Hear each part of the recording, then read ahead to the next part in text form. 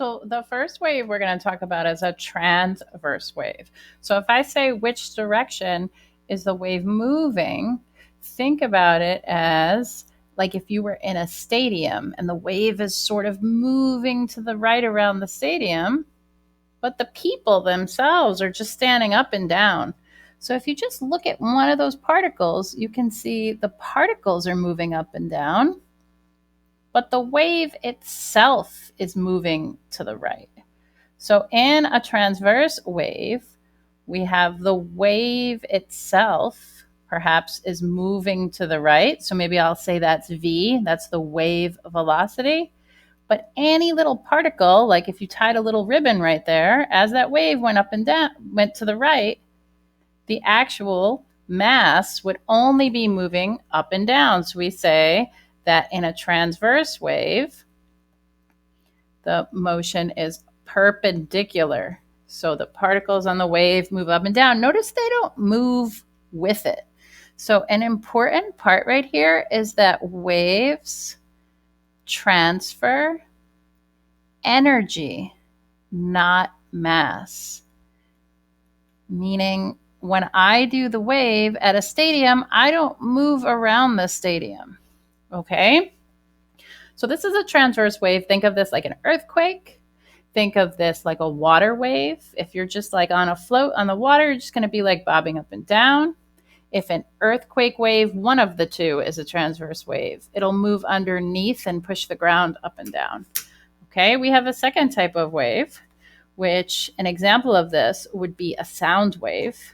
And it is called, I swear I didn't make this word up, it is called a longitudinal wave.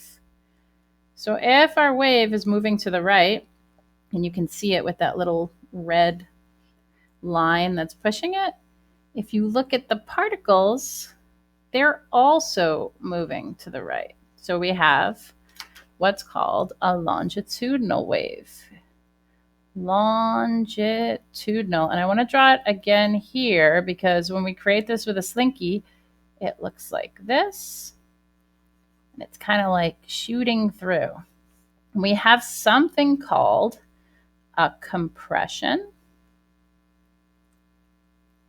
And the space between the compressions, and I didn't draw this so wonderful, is called a rarefaction. So when we want to measure like the wave lengths, we have to go from the start of compression to the start of the next compression. So this would probably, I should have stopped it right here.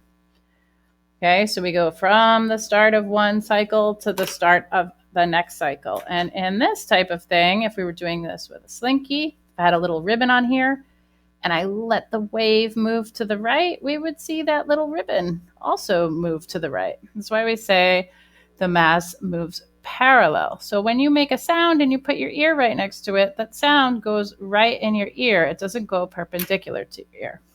Okay. In addition, we have two types of waves.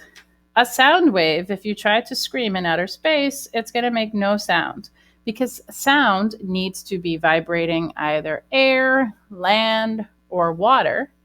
We have none of those things in a vacuum.